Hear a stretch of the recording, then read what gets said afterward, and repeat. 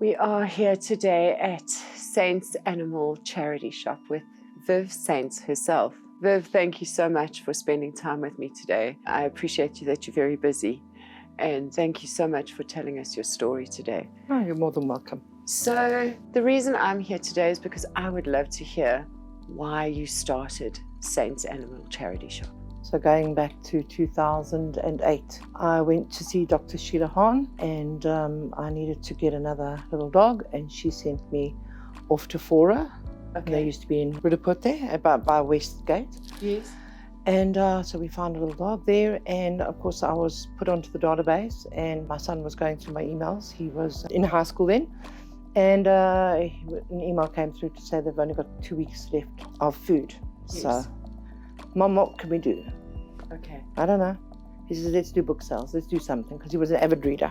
Okay. So we started doing the book sales up in the shopping centre here. And then in 2012, we actually got a shop here. Okay. But going back to where the name Saints comes from, it actually was because my son was a bursary student at St. Stilian's. Yes. So that's where it comes from, the Saints. And then it's Okay. also, we've worked it out, so it's supporting animals in needy times. Oh, I love So it that. all worked very well. Oh, supporting animals in needy times. Yeah. Oh, that's beautiful. Yeah. That's beautiful. So initially we were doing the fundraising, the book sales purely for Fora, and then other organisations started to approach us for assistance, and that was pre-Linda days. So we had Yes. we decided we were going to help Claw and Dogtown and a few of the others, and Okay.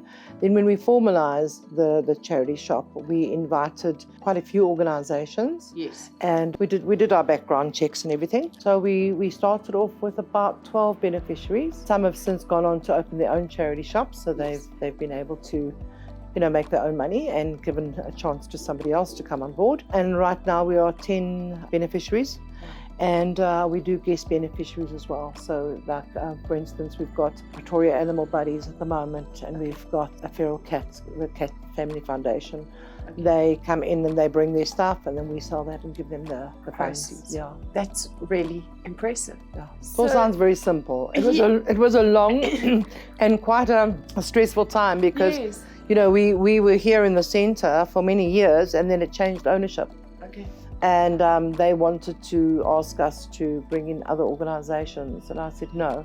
I've worked too hard building up my database and the support we had, with our book sales, and people will come along to the book sale. Obviously, they have their 100 Rand or their 20 Rand or their 200, and that's for their books. Yes. And if we've got other organisations over there, then we don't get that money, and then the animals don't necessarily, get helped. Yes. At that stage, I said no, sorry. Okay. So I said we're out of here, and I went to negotiate with another shopping centre, Okay. and the next thing the landlord phoned and said, why? Okay. I said no, and they said, how can we keep you? Okay. And I said, right, Okay. I want to shop, let's have a meeting tomorrow. So, Okay. and our landlord is incredible. Okay. Yeah. Okay. So we've just grown from one little shop, then we took over next door, and then we took over down here, and now we Okay. took over next door because it just grew and grew and grew. So your landlord is kind of almost a silent partner in this. His sister runs Animal Allies, Okay. who do a lot of feral sterilizations, and Okay. they work in Katlehong doing sterilizations daily, Okay. and also have big sterilization days. And Yes. Yes. yeah, so he has a vested interest. Okay. Okay. I saw on your banner of your Facebook group that you've raised more than 22 million That's rand more than that now, yeah. for animals in distress. How does that feel? Like if someone had told you in 2008. I wish I started it 10 years earlier. That's how it feels. Okay. Yeah. Okay. And how does it feel to have this as a full-time job? It's wonderful. Okay. Absolutely wonderful. Okay. When you can work in your passion. I can't do what the girls out there do, the Cora Baileys of this world, the Yes. Moniques, the Sams, the Yes. Judies, all of these girls. I cannot do what they do. They see the most horrific things. Yes. So the only way we can support them Yes. by Yes. taking people's second-hand goods and turning Yes. it into money. Yes. Not all of us have got the mettle to work on the front line. So You're not turning back. This is what you do. This is what I do. I love it so much. I love it so much. Yeah, we've been very, very fortunate. We've got a fantastic following. You guys were up in our charity shop. Yes. Where we are today is our online operation. Okay, so tell me how the online operation differs from your brick and mortar store. Well, what happened was one Saturday we were sitting there and just so many donations were coming in, and I didn't have any more hangers, I didn't have any more rails, I didn't have anything. And I said, we've actually got to go into people's houses now. We've got to get to them. And so we said Facebook is the way, because that was how we were doing our marketing. And so we started taking the clothing, we do take more upmarket type stuff. And then a lot of collectibles come in, a lot of really high-end clothing and good quality decor and paintings, fascinating stuff. So like every day is almost like Christmas, you know. And you get something really super like this. This that came in. We just fell in love with it. It's actually on auction at the moment. I think it closes tonight. Okay. That was sent to us from a Roti rescue supporter.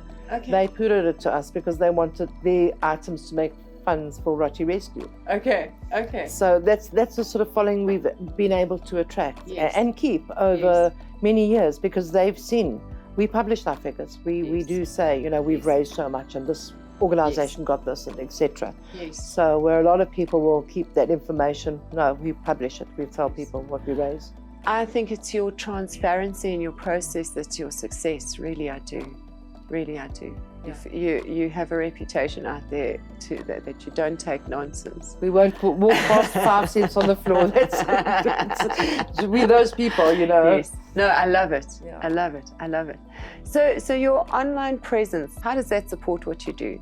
So we have 8 online pages and we do different categories. We do the Saints Juniors, which is children, Saints by the Book, which is, there was a pile of books here earlier. Okay. And then Liz does the online clothing, and we do bric-a-brac, all of those on the shelves over there. On the odds page and on our main page, we do like the better auctions. We often get timeshares, or we get tattoo vouchers, or we get, you know, some collectible items, racing bikes and furniture and stuff. Oh, wow, put on that's those interesting. pages. That's so that complements very well, because they get some good stuff. Yes. And they send it down to us, because the problem is with a charity thrift store, people come in, they don't want to spend 4,000, 5,000 in a charity shop. It just doesn't make sense. So when you put it online, people can appreciate that this is not from a charity shop, you know. Yes, it's collectible stuff. Yes. It's from the online store, the online side of it.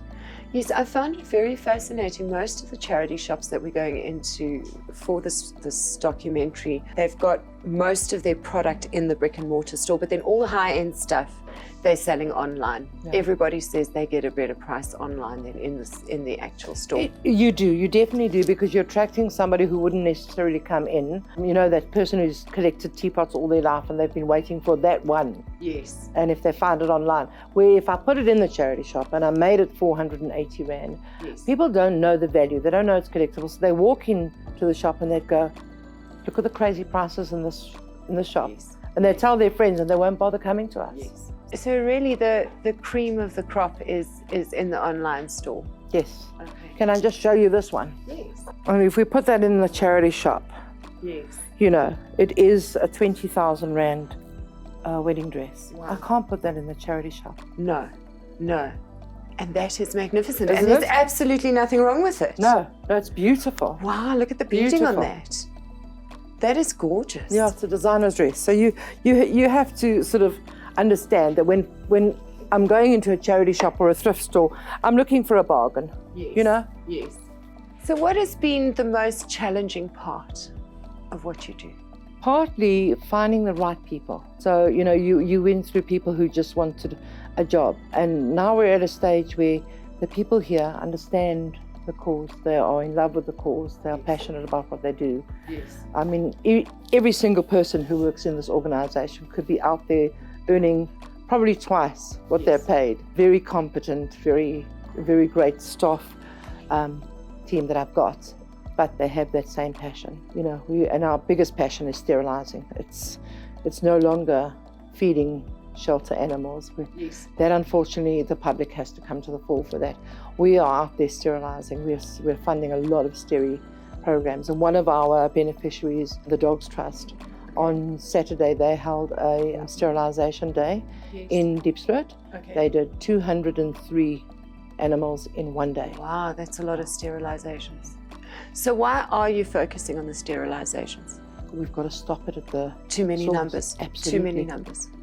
Complete overpopulation of animals in this country. So the message to everybody watching, sterilize your animals. Sterilise your animals. And yeah, absolutely, no more oops litters. There's no excuse. You have to do it. And if you're adopting from an organisation, they come sterilised. You know? Oh, it's so great when you adopt from an organisation, when you get that animal sterilised, vaccinated. It's got everything when you get it. Everything. Yeah. Yeah, I don't know why anyone would go any other way these days.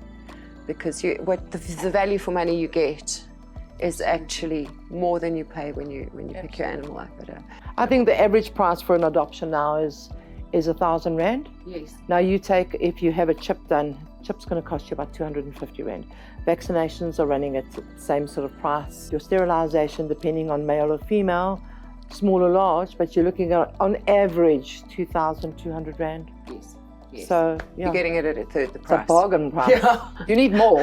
Yes, yes. Why isn't everybody just rushing off to a shelter to get an animal? And do you have an office cat or dog here?